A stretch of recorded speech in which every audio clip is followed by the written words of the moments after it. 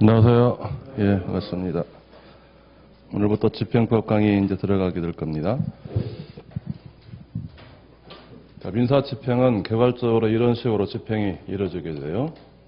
그런데 민사 집행의 종류는 크게 두 가지가 있습니다. 집행 권한이 필요한 강제 입행이라는 절차가 있고, 집행 권한이 필요하지 않는 것들, 이거를 임의 경매라고 부릅니다. 자, 임의 경매는 담법권자가 담법권 실행하는 절차, 그거를 우리가 담법권 실행을 위한 경매라고도 합니다. 그러나 담법권 실행을 위한 경매를 이거를 실적 경매라고 합니다.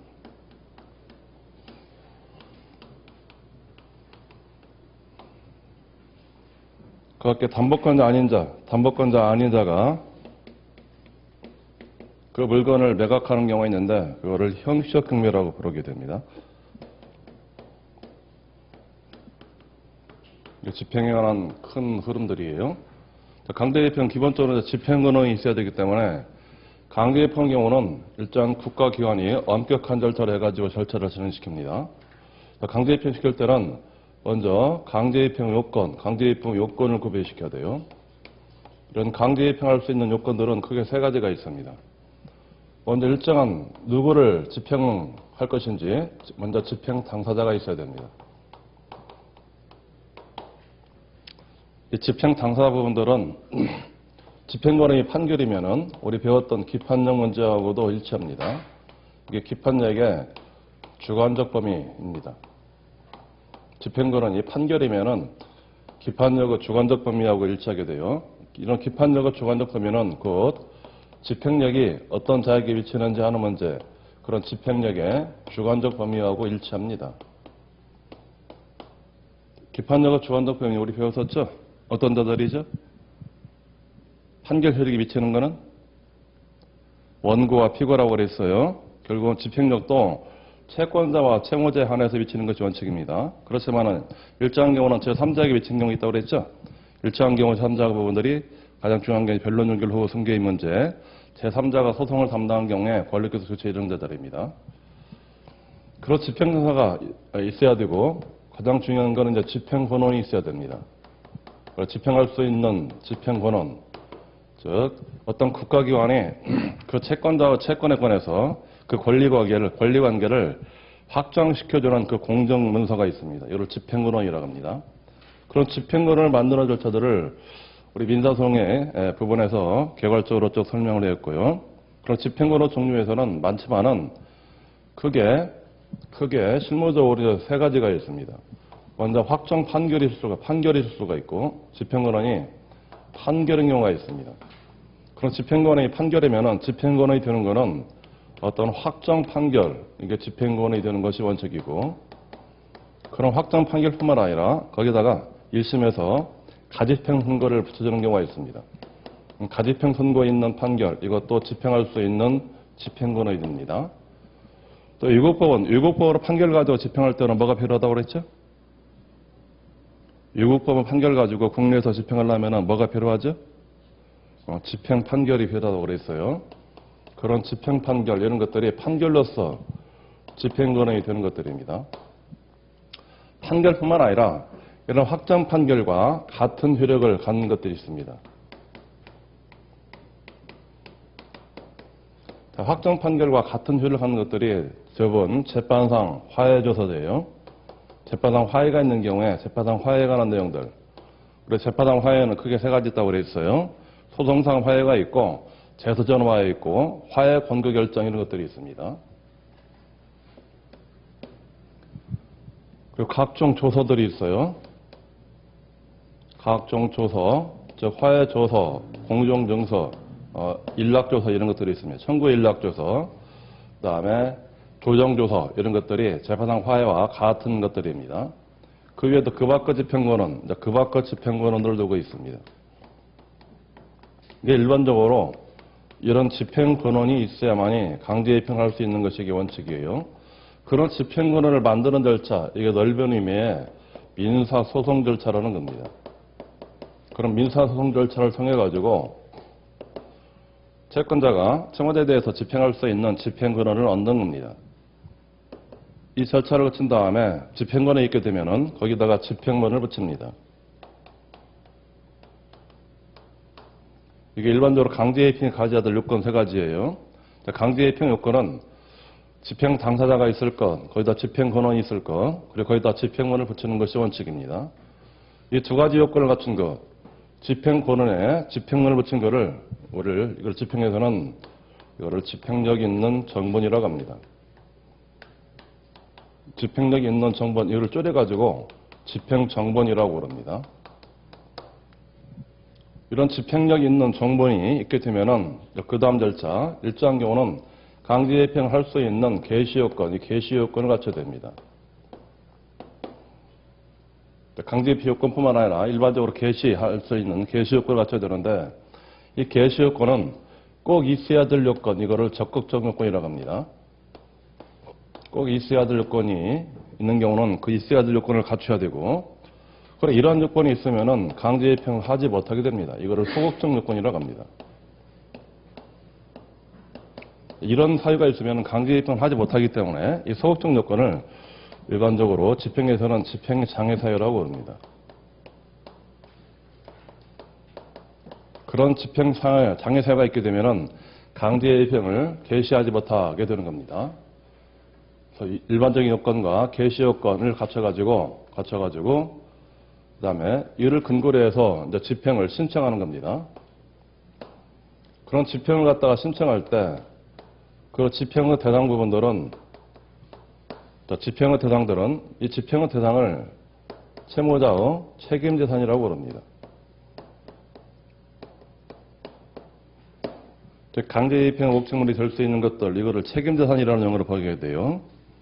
이때 책임재산에서 보전하는 방법, 이 보전하는 경우는 보전하는 방법은 이거는 민법에서 상세하게 규정됩니다.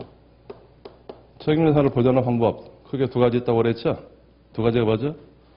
채권자가 일정한 경우에 채권자 대위권을 인정하게 되고, 일정한 경우는 채권자가 그 행위를 취소할 수 있다는 겁니다. 채권자 대위권은 어느 때 행사하는 거죠? 채무자가 권리를 행사하면은 채무자가 책임재산으로 될 수 있는 것인데, 채무자가 권리를 행사하지 않아서 아직 채무자가 책임재산으로 되지 않는 것들이 있다는 겁니다. 그러면은 채권자가 채무자를 대위해가지고 그 권리를 행사함으로써 강제입행을 할 수 있는 책임재산으로 만드는 겁니다.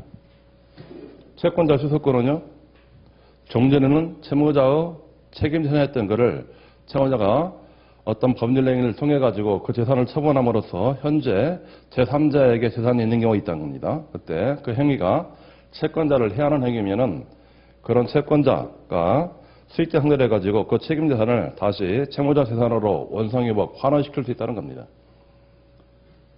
이런 책임재산이 밖에 있는 경우는 이런 것들로 보전시키는 겁니다. 집행의 대상들은 크게 보면은 부동산과 동산으로 알 수 있습니다. 물론 채권자가 가장 선호하는 것은 이제 부동산이 될 겁니다. 확실한 재산이기 때문에. 부동산, 동산 크게 나누고요. 동산은 또 크게 두 가지로 나눕니다. 여기는 유체동산이라는 개념이 있고, 그 다음에 채권과 그 밖의 재산권이 있습니다.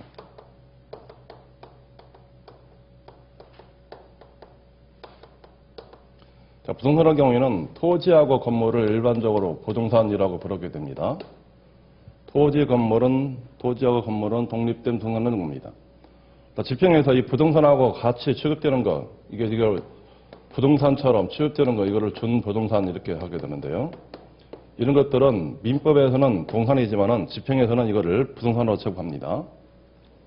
선박의 경우에 또 항공기를 갖고 있다든지 선박 항공기, 자동차나 건설기계 이런 것들은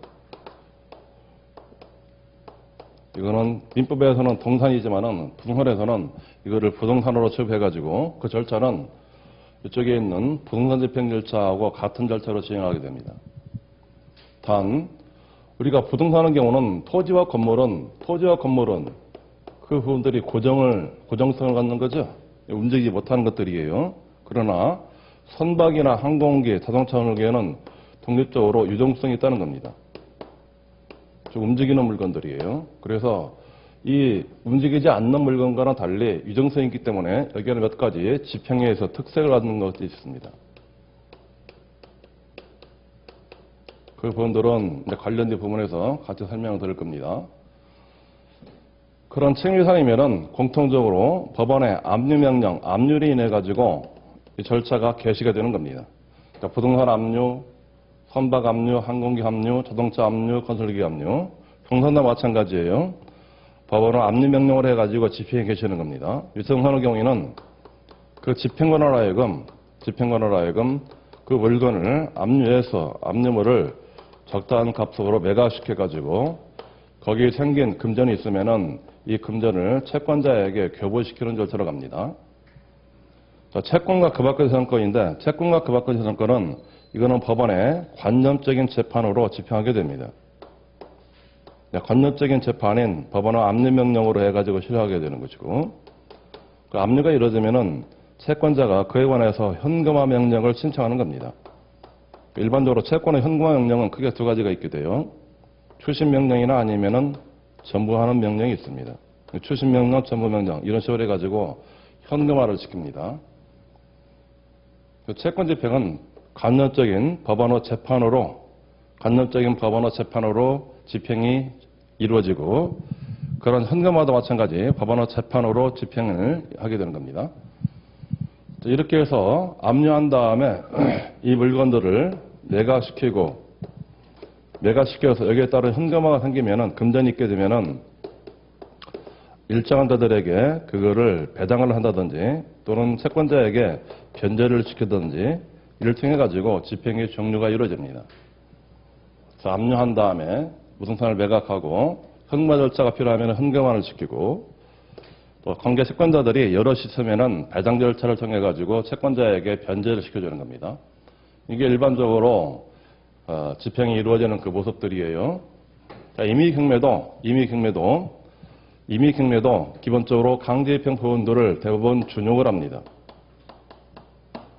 단 몇 가지만 조문을 따로 비치를 시켜줍니다.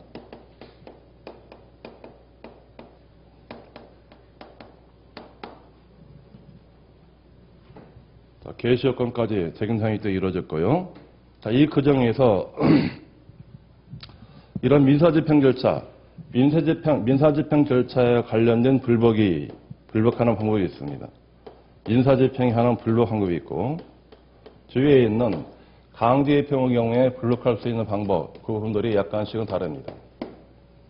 자, 민사집행에 대한 불복은 크게 두 가지로 나눕니다.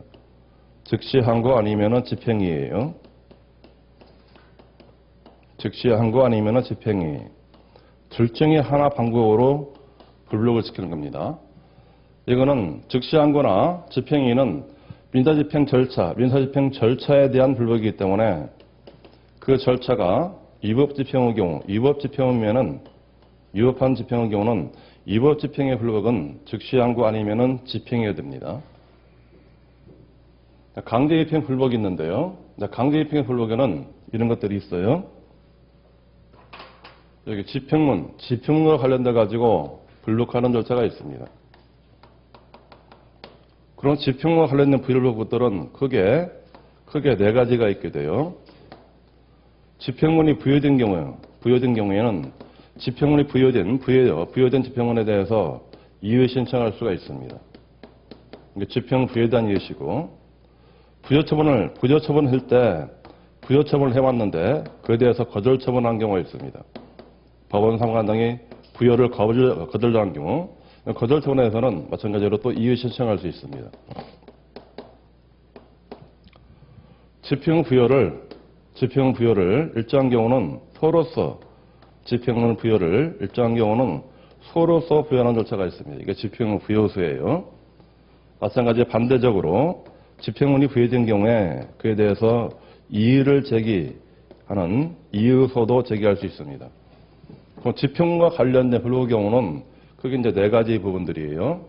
부여된 집행문에 대해서 이의 신청, 부여 신청을 했더니 거절처분 난 경우에 그 거절처분에 관한 이의 신청, 집행문을 소로서 부여받는 것, 또 집행문이 부여된 경우에 그거를 소로서 이유를 구하는 것, 그게 네 가지가 있습니다. 이런 집행문 부여와 관련된 불복 이외에도 이런 집행권한이 우리가 판결 절차하고 집행 절차는 이제 분리시켜주는 겁니다. 그래서 집행권이 갖고 있는 청구권은 청구권의 존보 확인, 청구권이 있나 없느냐는 청구권의 존보 확인은 이거는 전부 다 판결 절차로 해가지고 걸러지는 겁니다. 판결 절차에서 그 청구권이 있다라고 분명되면은 그 청구권에 관한 있다라는 부분들을 판결을 통해 가지고 기판력을 통해서 그거를 확정시켜주는 겁니다. 그런데 그런 판결 절차가 있은 다음에 청구권에 어떤 하자가 있는 경우가 있습니다. 집행권을 성립한 이후에 청구권에 어떤 하자가 있으면은 그 하자를 다투는 방법, 이거는 결국은 청구권의 하자이면은 그 사유가 이게 실체적 사유라고 표현하는 겁니다. 집행권이 성립된 이후에 청구권에 어떤 실체적 하자가 있으면은 이에 대해서 채무자가 이의하는 것, 이거를 청구 이유서라고 그럽니다. 또 집행목적물은 채무자, 집행목적물 아까 설명드렸죠. 책임재산은 채무자하고 책임산을 하는 것인데 만일 채무자하고 책임산이 아닌 물건에 대해서 집행을 할 경우에는 채무자와 책임산이 아닌 물건에 집행할 때는 제3자가 그 집행에 대해서 이의를 제기하는 겁니다. 이거를 제3자 이의소라고 그럽니다. 이게 집행에서 불방법들이에요. 강제집행 불방법은 집행문 부여와 관련된 네 가지가 있고 어떤 청구권이 성립된 이후에 판결 이후에 청구권에 하자가 있는 경우에 그런 청구권의 하자를 다투는 것, 이게 청구 이유서가 됩니다. 그리고 그 집행은 채무자의 책임재산을 상대로 해야 되는데 만일 그 재산이 채무자의 책임재산이 아님에도 불구하고 아닌 물건에 집행하게 되면은 그 제3자가 여기에 대해서 소유권을 갖을 겁니다. 제3자는 그에 대해서 이의라는 소를 제기할 수 있습니다. 이게 이제 집행에 관한 불복 부분들이에요. 그 다음에 이런 강제집행 일정 경우는 강제집행하고 있는 과정에서 이 집행이 정지된다든지 또는 취소되는 경우가 있습니다. 이게 강제집행의 정지하고 취소제도예요.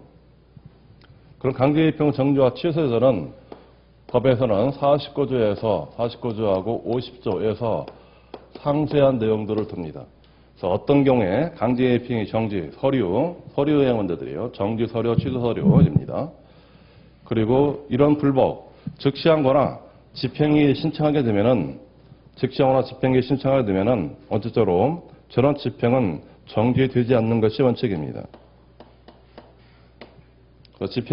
결국은 즉시항거 집행할 때 집행이 계속하게 되는데 속행으로 인해서 채무자나 이해관계인에게 일정한 손해를 생길 경우는 이 손해를 담보시켜가지고 집행을 취소하거나 정지할 수 있다는 겁니다. 또 불복 문제가 나오면은 이런 불복 절차가 나오면은 이런 정지하고 취소 부분들이 어떻게 이루어지는지 이 부분들이 우리가 체크할 부분들이에요. 그래서 일반적으로 강제집행은 이런 식으로 쭉 절차가 이루어지고요. 가장 중요한 부분들이 이제 부동산 부분들인데, 부동산 부분들은 이런 식으로 절차가 쭉 진행됩니다. 가장 엄격한 절차이기 때문에 이 부동산 경매하는 절차들은 하나씩 여러분들이 그 흐름들을 전체적으로 먼저 순서가 어떻게 되는지를 꼭 기억을 하셔야 돼요. 그리고 이 순서에 따라서 어떤 식으로 그 절차에 대해서 불복할 것인지 그런 것들입니다. 어떤 사람이 부동산에 대해서 이제 경매를 신청을 해옵니다. 물론 경매를 신청할 때는 앞에서 봤던 강제집행의 요건과 강제집행을 개시할 수 있는 개시 요건 이런 것들을 전부 다 구비시켜야 됩니다. 법원은 신청하게 되면은 그때는 형식적인 심사만 합니다. 이런 요건, 즉 강제집행 요건과 개시 요건을 갖췄는지 이것만 심사하는 겁니다. 강제집행 요건이 뭐였었죠? 그 사람이 집행 채무자를 상대로 한 집행인지, 첫 번째 집행 당사자 문제라고 그랬어요. 그리고 거기에 집행 근원이 있는지입니다.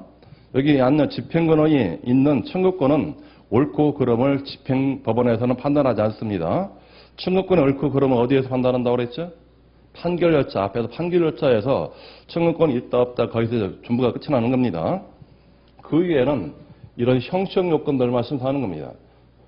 집행 당사자를 상대로 한 것인지, 집행 권한이 있는지, 그래서 집행을 거쳤는지, 그런 형식 요건뿐만 아니라 그런 개시 요건을 갖추는지 이거를 같이 심사해서 별로 하자가 없으면은 그걸 인용하는 결정을 하게 되는 겁니다. 이게 경매 개시 결정이라는 걸 하게 돼요. 이게 최초 부동산에 대해서 이루어진 법원의 최초 재판입니다. 경매 개시 결정은 반드시 첫 번째 채무자에게 그거를 송달을 시켜줍니다. 개시 결정을 채무자에게 송달을 시켜야만이 앞으로 그 절차를 진행하는데 그 송달이 절차 진행에 일종의 적법 요건을 합니다. 따라서 개시 결정을 채무자에게 송달하지 않고 이루어진 매각 절차는 무효가 되는 겁니다. 채무자에게 송달한 이후에도 부동산의 경우는 압류이기 때문에 압류 기입할 거를 이거를 등기를 척탁합니다. 즉 부동산 경매의 경우는 경매 개시 결정은 곧 압류로 이루어지게 돼요. 경매 개시 결정은 곧 압류 기입 등기가 있는 겁니다. 이걸 모르면은 채권자들이 경매는 하지 말고 그냥 부동산에 압류만 해주십시오 하는 채권자들이 있어요. 그거는 허용되지 않습니다. 부동산에 대해서 압류는 곧 경매 개시 결정이 이루어진다는 겁니다. 그래서 압류가 곧 개시 결정으로 이루어지는 겁니다. 그런 개시 결정, 경매 개시 결정에 대해서는 이해관계인이 그런 개시 결정에 대해서 이의 신청이라는 걸 할 수 있습니다. 이게 경매 개시 결정에 대한 이의 신청들이에요. 그럼 이의 신청이 있게 되면은 이의 신청을 마찬가지로 이거 늘 불복하는 절차이기 때문에 누가 하는지, 어느 법원에 하는지, 우리 언제부터 언제까지 해야 되는지 시기 문제하고 사유가 어떤 것인지 제가 어제 말씀드렸죠. 불복문제가 나오면은 순차적으로 육하원칙을 해가지고 이거를 늘 기약하는 습관을 걸러셔야 됩니다. 누가 하느냐, 어느 법원이 하느냐, 언제부터 언제까지 하느냐, 어떤 사유를 하게 되느냐 이 문제입니다. 그리고 이의 신청을 할 때는 어떤 방법을 하게 되느냐, 방법 문제하고 그럼 이의 신청이 있게 되면은 그 경매 절차가 정비되느냐 여부 이런 것들을 순차적으로 하나씩 체크해서 이제 기억을 하셔야 됩니다. 신청을 개시결정이고 개시결정과 다른 점이 경매 신청을 기각하거나 또는 각하하는 결정입니다.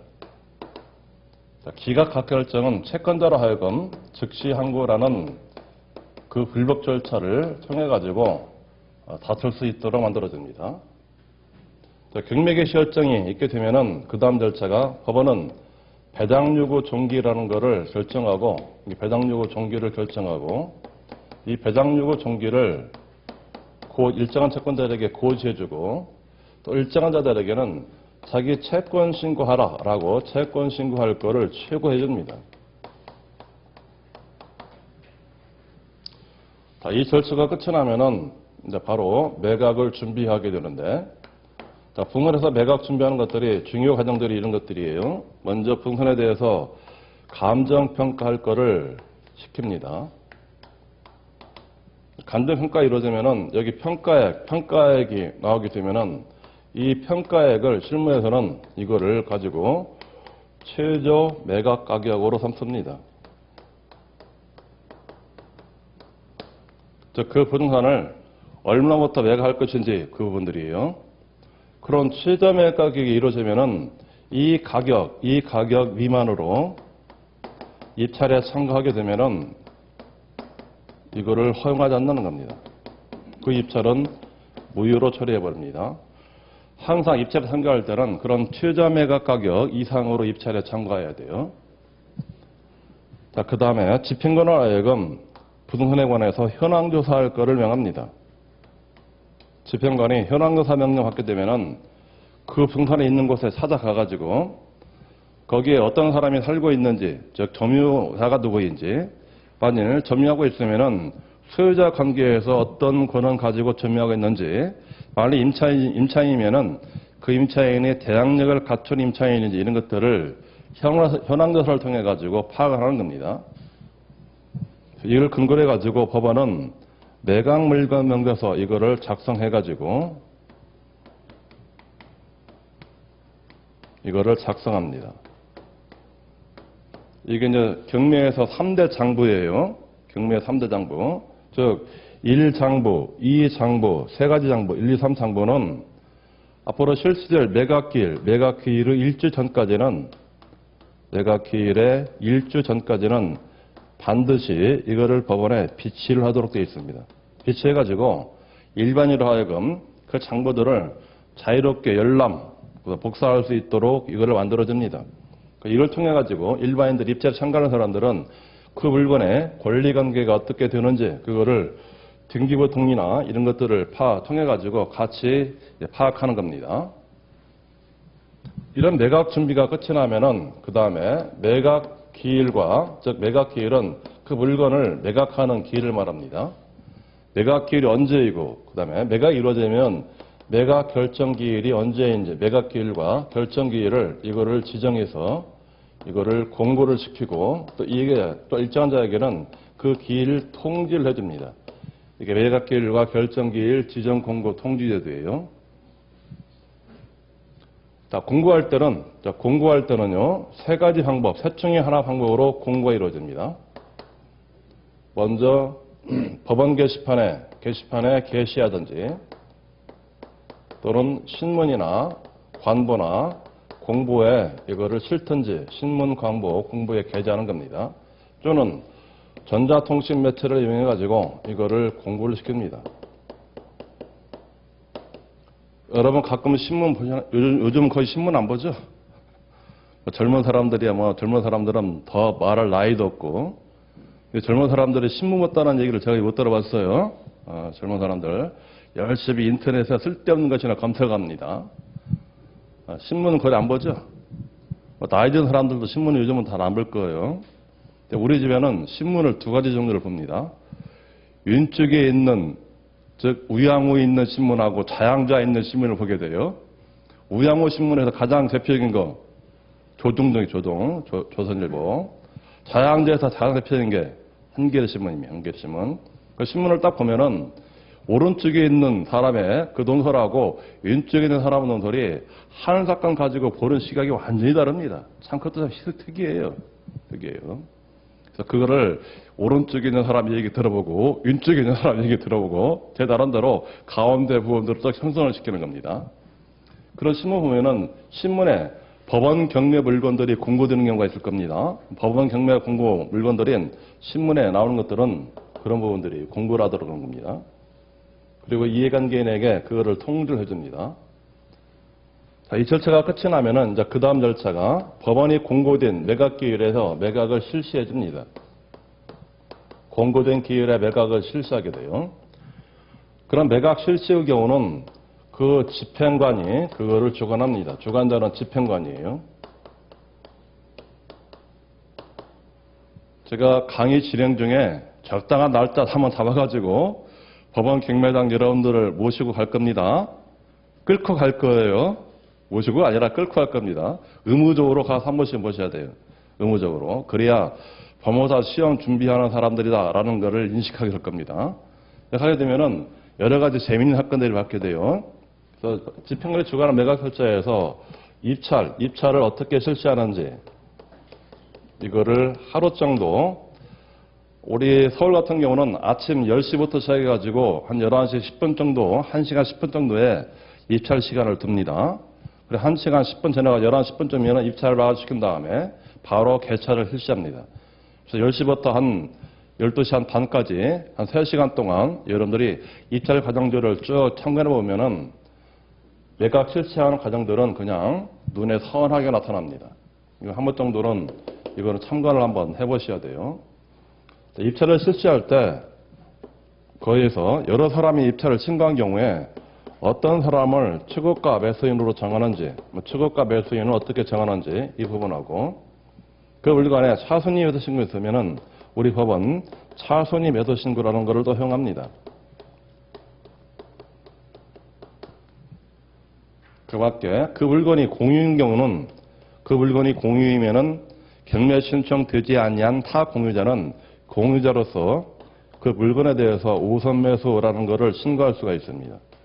공유자가 어떻게 우선 매도 신고를 할 것인지 이런 것들을 정해가지고 입찰을 마감시키는 겁니다.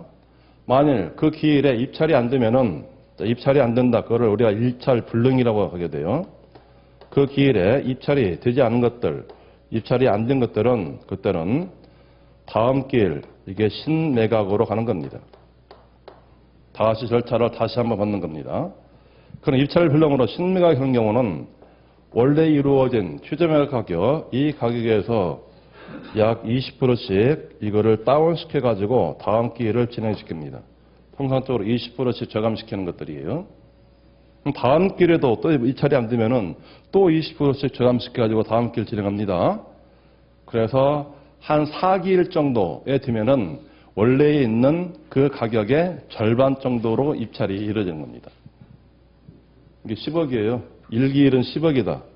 자, 1기일이 10억이면은 그 다음 기일은 2기일은 이게 이제 8억이 되는 겁니다. 그래서 3기일 가게 되면은 6억 4천. 6억 4천이 3기일로부터 시작되는 가격이에요. 4기일 딱 오면은 원래 10억이 한 절반 정도로 되는 겁니다. 이게 5억 정도인죠. 4기일 정도. 결국은 3기일에서 4기일 정도로 입찰에 참가해가지고 최고가로 되면은 3기일 정도에서 7억 샀다. 그러면 그나마 3억 정도는 남기는 겁니다.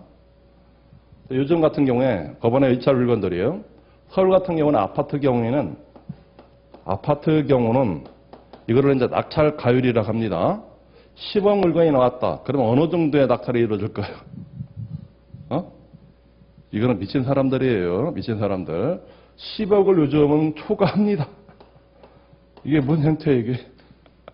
서울 아파트 같은 경우는 워낙 아줌마부들이 집중하다 보니까 서울 아파트 같은 경우는 평균적으로 낙찰가율이 90%를 넘습니다.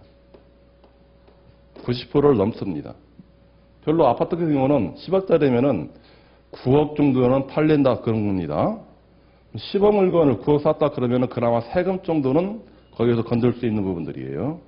그래서 요즘 아파트 같은 경우에 이런 과잉 경쟁 붙어가지고 원래 가격보다도 더 높은 가격으로 매각이 있는 경우가 있습니다. 원래 가격보다도 이 가격보다도 더 높은 가격이면은 굳이 격리 절차를 할 필요 없어요. 자기 주행하면은 금리로 나온 물건도 많지 않습니까? 금리로 나온 물건들. 그런데 하도 입찰이 경쟁이 심하다 보면은 기본적으로 아파트 물건가 나왔다. 그러면은 한 2기일 정도에는 25명 내지 30명이 입찰에 참가합니다. 25대 1, 30대 1이면은 항상 이 금액이 넘어지는 것들이에요. 그렇게 아파트 같은 경우는 기일이 치열하게 진행되는 것들이에요. 자, 매각 실시해가지고 매각이 이루어지면은 여기에 있는 최고가 시민에게 매각을 허브시킬 것인지 하는 매각 허브 결정 기일을 잡습니다. 매각을 허가할 것인지 허가하지 아니할 것인지 하는 재판 이거를 하는 겁니다. 그리고 이 결정이 그 기일에 선고되고 이 결정이 확정되면은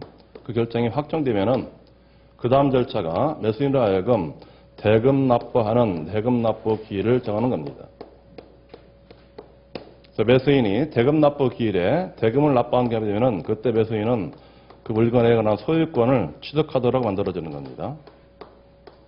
그리고 매수인이 납부한 대금 가지고 배당 절차를 이제 진행시키는 겁니다.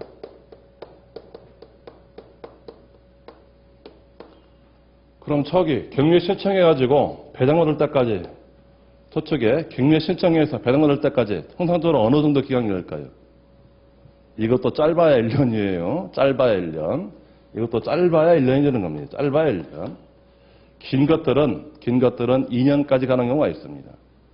그럼 채권자가 돈 빌려주고, 열어볼까요? 채권자가 돈 빌려주고, 집행권이 없으면은, 집행권부터 만들어진다고 그랬죠? 집행권을 만드는 것도 짧아야 1년이라고 그랬어요. 결국은 돈 빌려주면은 집행관을 만들어가지고 경매 시청해가지고 채권자가 돈 얻을 때까지 합해보면은 총체적으로 한 2년 정도 그런 기간이 걸리게 되는 겁니다. 보면은 그래서 기간이 상당히 오래 걸리는 기간들이에요. 오래 걸립니다. 그런 경우에는 빨리 기간을 단축하고 싶다.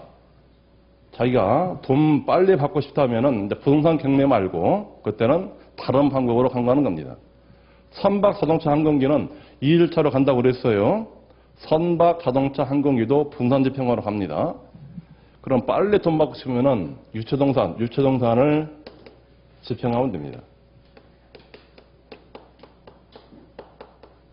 자, 유체동산은 이거는 집행관 사무실 가서 집행관에게 먼저 집행을 위임시켜야 돼요. 집행관에게 이러이러한 채무자 재산, 이러이러한 장소에 가가지고 채무자 재산을 압류해 주십시오 합니다. 이거 집행위임이라고 합니다.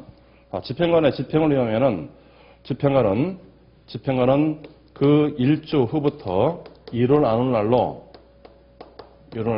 자, 일주 후 정도면은 집행관이 채무자의 있는 장소, 채무자가 갖고 있는 장소, 채무자의 장소에 가가지고 그 장소에 있는 유체동산을 압류합니다.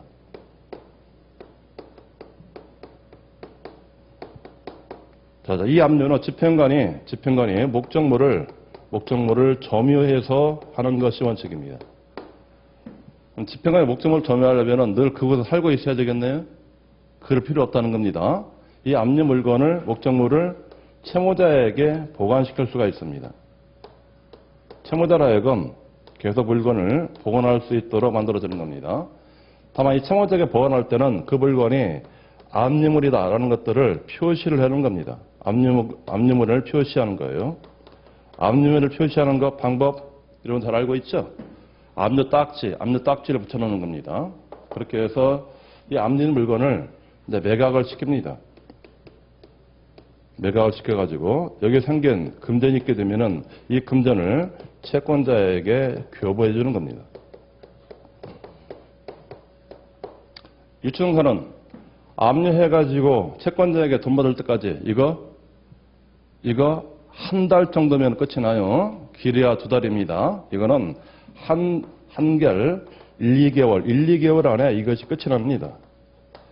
그런데 유체동산의 경우에, 이 동산의 경우에 집행관이 압류물을 평가하게 되는데, 자, 압류물을 해가지고 평가를 하게 되면은 거기에 평가물에 관한 액수 이런 것들이 정해집니다. 자, 여러분 집에 살림살이 다른 사람이 압류했다. 집행관이 평가하게 됐다. 어느 정도 평가액이 나올까요? 서울 중산층 같은 경우는 많아야 800에서 1000만 원입니다. 800에서 한 1000만 원 정도 이 부분들이 가장 중산층이 갖고 있는 물건을 압류했을 때 집행관이 평가 부분들이에요. 집에 고가 물건 뭐 있나요? 스마트 TV, 좀 비싼 거, 스마트 TV, 냉장고, 세탁기는 이제 비싼 것도 없어요. 냉장고, 소파, 뭐 이태리 가죽이다. 좀 비쌀 겁니다. 근데 중산층에서는 이태리 가죽이 있는 소파 거의 없습니다. 소파, 처음에는 다 새 거지만은 며칠 쓰면은 바로 중고가 되는 겁니다. 집에 압류해가지고 평가해봤자 평가할 분들이 없어요. 옷장, 가구 있죠? 가구들 좀 비싼 거 있는 걸. 그거를 제외하면은 거의 압류물을 평가해봤자 평가 금액들이 아주 적다는 겁니다. 금액이 한 800만 원 정도이다 그러면은 부동산 경매 할 필요 없이 바로 이렇게 적은 금액이면은 바로 유체동산 방법으로 해가지고 한 달 이내에 채권을 회수할 수 있는 그런 유리함은 있습니다. 이 절차를 쭉 이제 공부하는 것들이 우리 이제 부동산 부분들이죠. 강제집행 부분들이에요. 자, 교재 한번 보도록 할까요? 자, 교재. 민사집행 의의와 종료 부분들이 있을 겁니다. 거기 3페이지 있는 것들은 보시고요. 거기서 이제 구민소법하고 집행법하고 차이점 부분들인데, 집행법이 2002년도 제정 시행되기 전에는 개정 시행되기 전에는 전부 다 민사소송법에서 이거를 함께 규정을 했던 겁니다. 민사소송법은 집행법 제정되기 이전에는 결국은 소송 절차하고 소송편하고 그런 강제집행편 이 부분들을 함께 소송법에서 두고 있다는 겁니다. 자, 이거는 좋지 않다 해가지고 민사소송에서는 순수하게 소송 절차만 규정을 하자. 그래서 강제집행 부분들을 소송법에서 이거를 떼어가지고 별도로 민사집행법이라는 거를 만들어서 시행을 하고 있는 거, 이게 2002년도부터예요. 이거를 단일 법령으로 만들어서 이거를 시행을 하는 겁니다. 자, 예전에는 민사소송에서 소송하고 강제집행이 같이 되기 때문에 제가 사법고시 준비할 때만 하더라도 민사집행 부분들도 같이 공부를 했던 게 그 시절입니다. 지금은 소송에서는 순수하게 이 부분들이 없기 때문에 소송편만 지금은 준비하는 겁니다. 그래서 집행하고 구민소법에 대한 집행법의 주요 내용 이거를 이제 체크하셔야 돼요. 먼저 집행의 실효성 강화를 위해서 재산 명시 제도를 강화시킵니다. 자, 채무자가 정당한 사유 없이 명시기일에 출석하지 않거나 세 가지 사유가 그런 20일 이내에 감치에 처한한 사유들이에요. 20일 이내에 감치에 처한 경우는 세 가지. 명시기일에 채무자가 출석하지 않았다. 불출석. 두 번째, 재산 목록의 제출을 거부했다. 목록 제출 거부. 그리고 명시기일에 선서를 거부한 경우에는 그것들은 20일 내 그런 채무자를 20일 내의 감치에 처합니다. 과연 20일 내에 감치에 처할 것인지 이것도 논란이 있는 부분들이에요. 예전에 노무현 정부 때인가요? 그때 채무 불이행 죄라는 걸 신설하자. 채무 불이행 죄 이거를 신설하자 이런 논의를 했습니다. 정말 나쁜 놈들이에요. 은행 측에서 채무 불이행 죄를 신설해가지고 이거를 형법에 별도 그 죄를 신설하자는 겁니다. 이거 하다가는 대한민국이 뒤집어지는 겁니다. 전복돼야 돼요. 응? 이거 아무리 자본주의 국가를 하지만은 그런 채무를 이행하지 않은 사람을 형벌로서 형벌을 과하겠다. 이거는 정말로 아주 위험한 발상이에요. 이거 하면은 대한민국이 뒤집어져야 됩니다. 대한민국. 왜 우리나라는 총기를 들 수 있는 자유를 두고 있지 않죠? 미국은 수정헌법에서 명백하게 그런 총기를 들 수 있는 권리를 일반 시민에게 부여하는 겁니다. 그래야 돼요, 총기를 자유롭게 들고 있어가지고 정말 원할 때 그 정부를 뒤집을 수 있는 저항권이 생기는 거 아닙니까? 정부는 국민을 위해서 있는 게 정부가 아니에요. 제 개인적인 하나 그렇습니다. 정부는 국민을 위해서 존재하는 게 정부가 아닙니다. 일정한 권력을 잡으려고 하는 사람들이 그를 통해 가지고 미화시키는 겁니다. 미화시키는 것들이 정부에 가는 것들이에요. 그래서 이것 20일 이내에 감치에 처한한 거 이것도 검토를 해봐야 돼요. 돈 못 갚는 것도 정말로 그런데 채무 불이행죄를 신설해 가지고 그 사람을 형벌을 가하자. 어떻게 그런 논의가 되는지에 대해서는 저는 그런 논의가 됐다는 것에 대해서는 깜짝 놀랍니다. 20일 이내 감치에 처한 거 이것도 검토를 해봐야 돼요. 왜 굳이 20일 이내 감치에 처할 필요가 있겠다는 겁니다. 자, 뒷페이지요. 채무 불이행자의 경우에는 그 채무 불이행자를 갖다가 각종의 금융기관에 통지하는데 그 명부를 한국신용정보장에게 통보해서 신용불량자로서 불이익을 받게 시키는 겁니다. 세 번째, 채무자에 대해서 재산조위 신청할 수 있는 것, 재산조위 신청 제도를 또 강화를 합니다.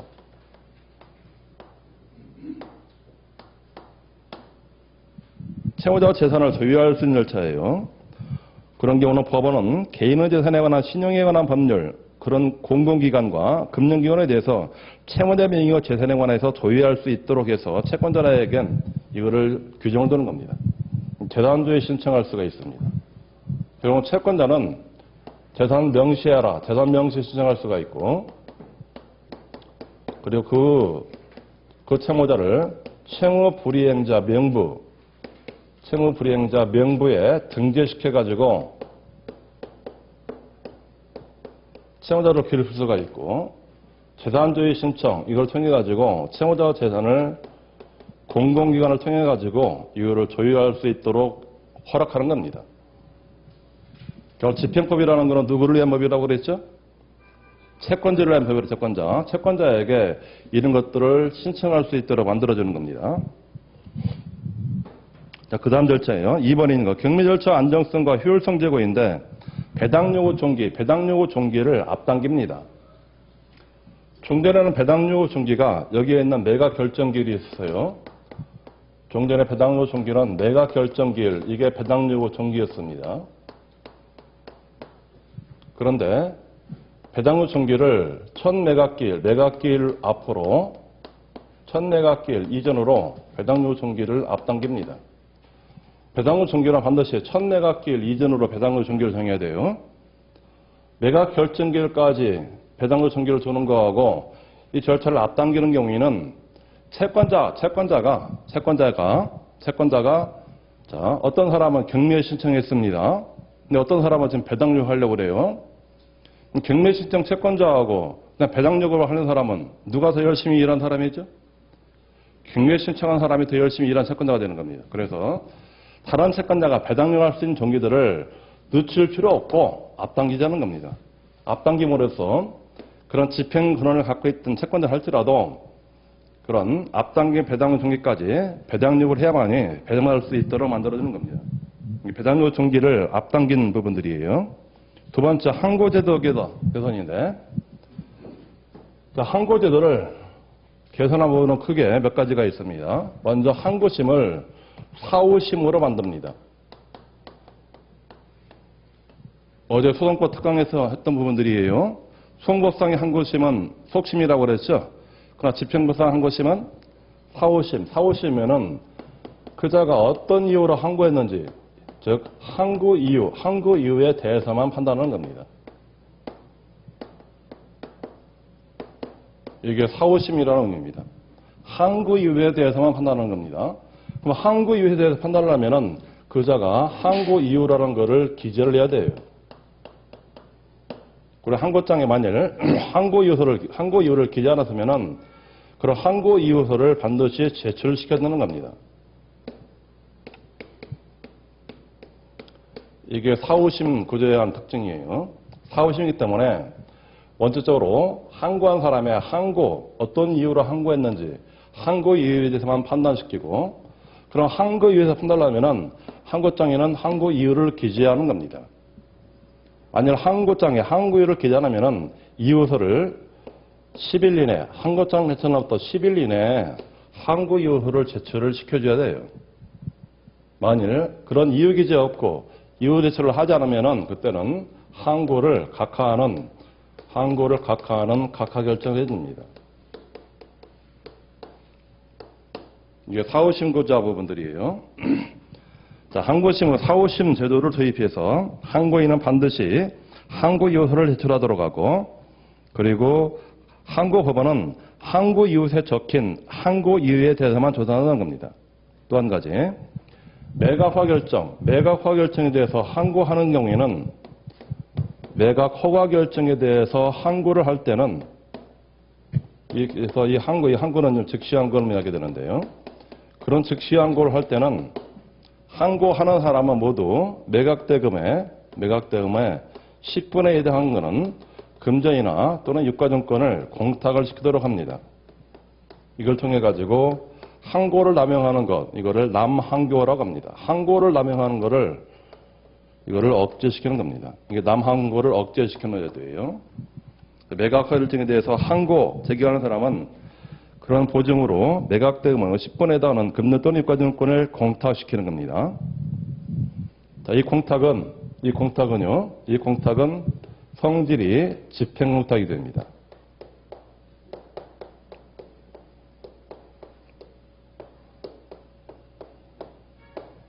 매각 허가 결정에 대해서 항고할 때 하는 공탁, 이 공탁은 집행공탁 성질을 갖습니다. 왜냐하면은 집행공탁은 공탁에 관한 근거, 이 근거가 전부 다 민사집행법에 근거를 두고 있는 공탁을 말합니다.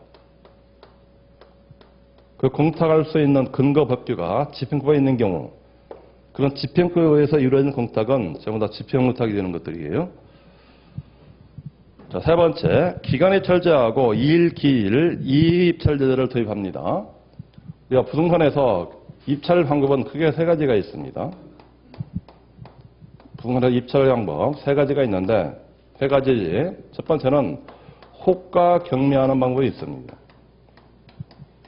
일정한 기일을 두고 기일에 입찰을 실시하는 경우가 있고 또 일정한 경우는 입찰 기간을 두고 기간 입찰을 실시하는 경우가 있습니다.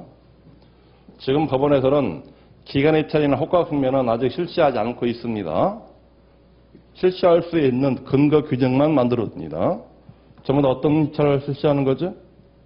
입찰할 때는 기일 입찰, 이거를 실시하는 겁니다. 기일 입찰은 특정 기일에 입찰을 실시하는 게 기일 입찰이에요. 특정 기일. 기간 입찰은 입찰할 수 있는 기간을 초일과 말일을 두고 며칠부터 몇 년 며칠, 몇 월 며칠부터 몇 년 몇 월 며칠까지 하는 게 이게 기간 입찰인 겁니다. 기간 입찰. 이 제도의 경우는 대부분 이런 입찰을 시작하게 되면은 전부 다 이게 전자 입찰로 일반적으로 입찰을 실시하는 것, 이게 기간 입찰 제도예요. 이거를 마련을 하고 있습니다. 당하는 말도 있지만은 아직 실시는 하지 않고 있는 부분들이에요. 왜 입찰을 전자적으로 하지 못할까요? 왜 안 하고 있을까요? 이거는 그 돈하고 직접 연관이 있어요. 다 집행관의 집행관 수수료. 집행관은 집행하게 되면 집행관 수수료를 받습니다. 집행관은 신분은 국가 공무원이지만은 국가로부터 급여나 이런 것들을 받지 않습니다. 이게 집행관의 위치예요. 집행관은 신분은 국가 공무원이지만은 그러나 국가로부터 급여나 봉급 등을 받지 않습니다. 그 대신에 집행관은 수수료 가지고 자기 사업을 하는 사람들입니다. 이 집행관 수수료에서 가장 많이 차지하는 것이 이게 부동산에 대한 매각 수수료예요. 부동산 매각 수수료입니다. 그래서 이거를 전자입찰을 실시하게 보내면은 집행관에서 이 부분들이 결국은 없어 사라지는 것들입니다. 전자입찰 실시하지 못하는 이유예요. 못하는 이유가 그런 매각 수수료 부분들이 집행관 수입 중에서 가장 많이 차지하고 있는 부분이기 때문에 이거 하지 못하는 겁니다. 집행관이 어느 정도 매각 수수료를 받을까요? 저쪽에 서울 가까운 중앙주건 조사를 해보니까요. 한 달에 집행관의 매각 수수료는 2,500에서 한 3천만 원 정도 받습니다. 할만하죠? 자기 사업이에요. 그래서 우리가 집행관이라는 것들을 아무도 배우게 될지만 집행관은 우리 이시훈 선생님이 예전에 이런 논문을 쓴 적이 있습니다. 집행관은 마치 법원 직원들의 경로 우대직이다.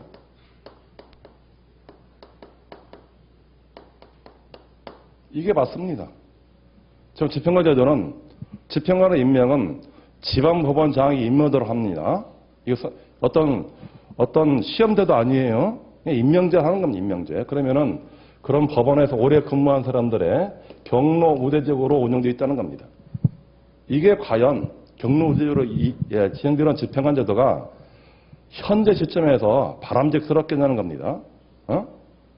이것도 국민의 그런 직업 선택의 자유를 현저하게 침해하는 제도 중에 하나입니다. 침해하는 제도예요. 또 언젠가도 이것도 위헌 심판 한번 들어가야 될 겁니다. 이게 위헌 심판 들어가야 돼요. 왜 일반인으로 하여금 나는 꼭 집행관 하고 싶은데 일반으로서 꼭 법원에서 몇 년 동안 근무해야만이 겨우 집행관 자격을 그것도 당연적으로 준다는 겁니다. 임명제. 그런 어떤 것들이 임명하도록 그분들은 이거는 그 제19를 그냥 감싸는 제도라는 겁니다.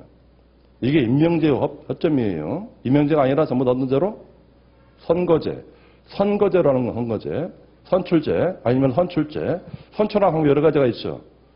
시험을 통해서 하는 방법이 있거든요. 시험을 통해서 하자는 겁니다. 그래서 앞으로 여러분들 합격하시면은 대한법무대표에 이거 강력적으로 주장하셔야 돼요. 우선 집행관이 어떤 선출도 아니고 선거도 아니고 어떻게 당연적으로 임명적으로 하냐는 겁니다. 임명제. 그래서 이 집행관 제도를 앞으로는 바꿔야 됩니다. 지금 일본 같은 경우는요, 집행관이 이렇게 되어 있다고 그랬어요. 보니까 먼저 전제로 법무사 자격을 갖고 있어야 돼요. 법무사 자격을 소지하는 자, 자격증을 갖고 있는 사람에게 집행관이라는 시험을 거치게 합니다. 합격하면은 약 1년 동안의 연수를 받습니다. 그 다음에 이자로 하여금 집행관 하도록 합니다. 이거 아주 좋은 제도예요. 좋은 제도. 그렇죠? 여러분들이 이제 합격하시면은 대한법무사협회에 제일 먼저 건의할 것, 이 제도예요. 현행 경로 우대적으로 운영되고 있는 집행관 제도를 빨리 바꾸자는 겁니다.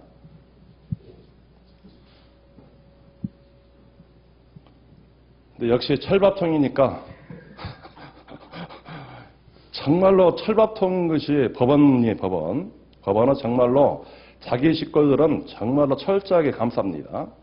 철밥통이 결국은 배달의 민족인가요, 그게? 배달의 민족. 그런 배달의 민족이기 때문에 영구적으로, 계속적으로 전해내리는 겁니다. 그래서 배달의 민족을 없애야 되는데, 철밥통, 자기 식구 감사하는 것들.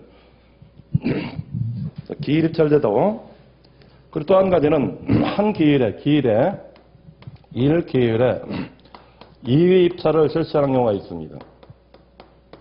이거는 현재 지방법원 같은 경우는 서울 같은 경우는 1기일 2회 입찰제 실시하는 법원이 없어요. 지방법원 경우는 현재 1기일에 대법원이 2회 입찰을 실시합니다. 즉 아까 입찰은 오전에 실시한다고 그랬죠?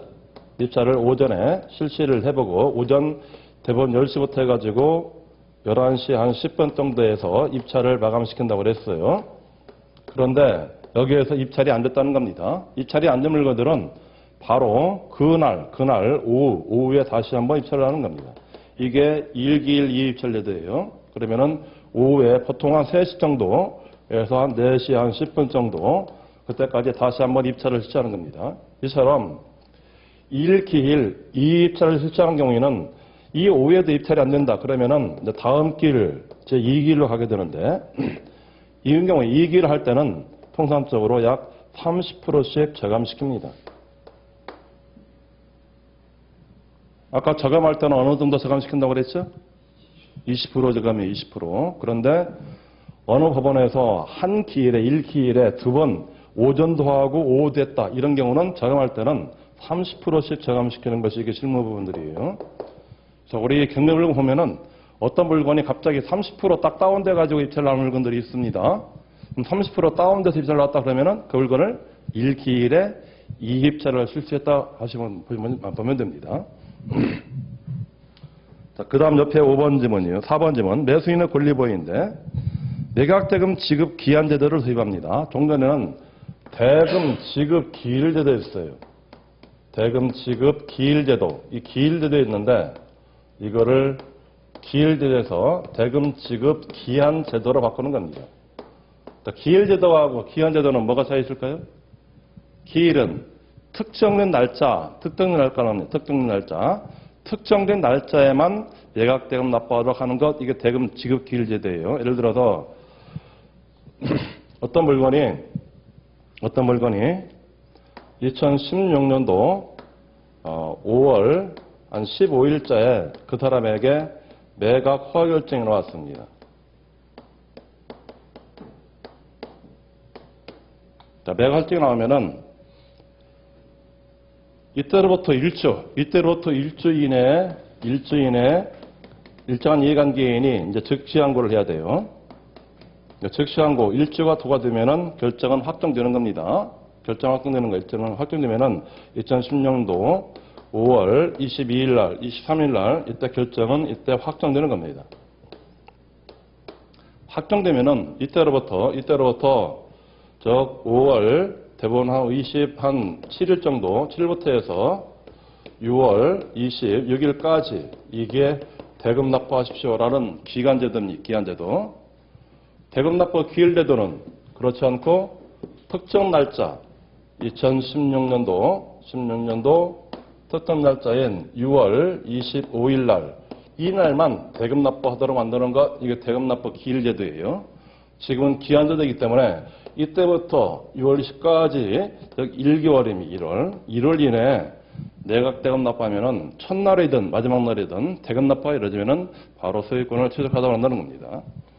이게 매수인은 권리보호제도예요. 그리고 그 밑에 5번인 거 미등기 건물 집행 이걸 가능하도록 허용합니다. 종전에는 미등기 건물에 대해서는 집행할 수 있는 방법이 없었습니다. 어떤 사람이 이제 건물을 갖고 있는데 이 건물이 지금 완성된 건물이에요. 건물은 완성되어 있지만은 그렇지만은 이 사람이 아직 사용 승인을 받지 않는 건물이 있다는 겁니다. 건물로서 일관을 갖춰가지고 건물로서 완성되어 있지만은 아직 사용 승인을 받지 않는 건물, 우리가 사용 승인을 받기 전에는 보증등기 신청하지 못하게 되는 겁니다.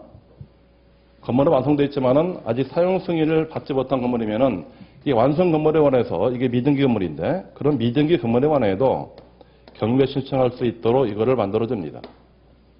이게 5번 지문이에요. 다만 이 건물은 기본적으로 건축 허가나 또는 건축 신고진 건물이어야 돼요.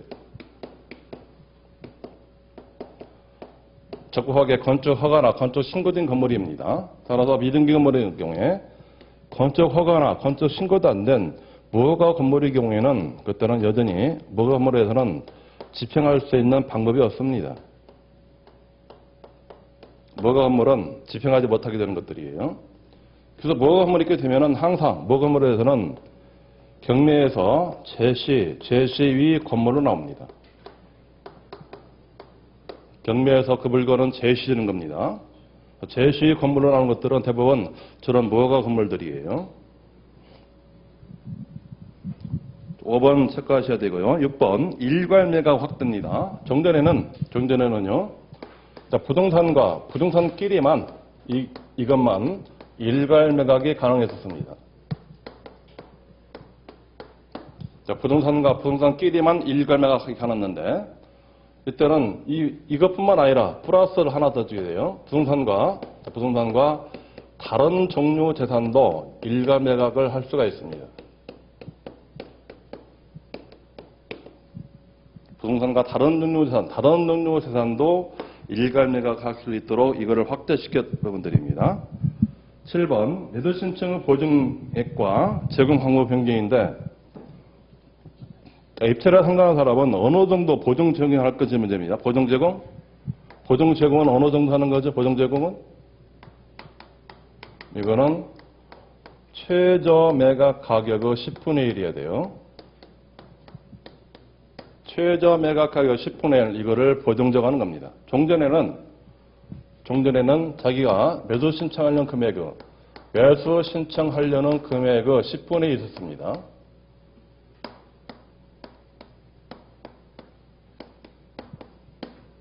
그런 종전에 의하면은, 종전의 경우는, 종전의 규정에 의하면은, 어떤 물건은 A 물건이 있는데, 여기 전부 다 입찰 보증금이 서로가 다르게 되는 겁니다.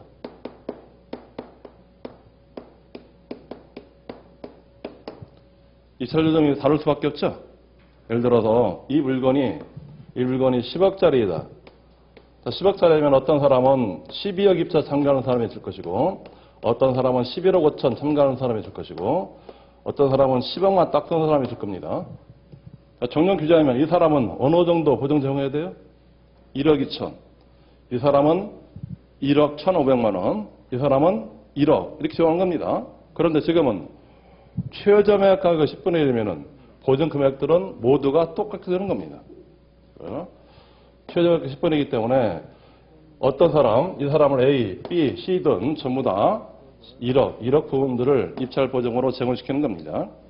입찰 보증금에 대해서 집행관이 빨리 이거를 파악할 수 있는 이거를 절약시키는 겁니다. 지금은 매도 시점 금액의 10분의 1이 아니라 최저 매각 가격의 10분의 1 이거를 입찰 보증으로 시킵니다. 또 한 가지, 이 보증 제공하는 방법들을 크게 3가지를 허용합니다. 금전으로 지급하는 거 있고 그리고 자기약 수표로 이것도 할 수가 있었고 또 한 가지 지급위탁 계약을 책임면서 이거를 지급위탁문서라고 합니다. 지급위탁 책임면서 이걸 줄여가지고 지급보증서라고 얘기하게 됩니다. 이런 방법으로 그런 보증 제공할 수 있는 방법들을 열려듭니다. 실무적으로는 거의 자기야 수표로 이루어져요. 자기야 수표. 예를 들어서 이 10억짜리를 입찰 상가려면은 1억의 당들을 이걸 현금으로 납부하게 되면은 1억이면은 지금 그나마 5만 원짜리 나와서 다행입니다. 1억이면 사업박스 한 박스 들고 가야 돼요. 사업박스. 어떤 사람이 사업박스 하나 들고 입찰에 참가하려고 갑니다. 그러면 집행관은 그러지 마시고 빨리 은행 가서 자기야 수표로 한 장 바꿔시 합니다. 그럼 자기야 수표 이걸로 한 장으로 해가지고 딱 끊어서 제출하면 됩니다. 이거를 현재 보증보험 회사에서 이런 보증을 안 해줘요. 보증보험 회사에서 이걸 해줘야 되는데 현재 이거는 보증보험에서 보증보험 증권 끊어지지 않습니다. 이게 없습니다. 그러니까 지금은 결국은 금전 또는 자기야 수표 둘 중 하나인데 자기야 수표가 가장 실무적으로 나온 부분들이고 물론 자기야 수표 될 때는 우리 자기야 수표 경우는 지급제시 기간이 10일입니다. 10일. 지급제시 기간이 5일 이상 남아있는 그런 자기야 수표 이거를 제출해야 되는 겁니다. 지급제 시간이 5일 이상 남아있는 자기야 수표일 것 이런 분들이에요. 자 여기까지 하고요. 쉬었다가 3번 파트 하도록 할게요.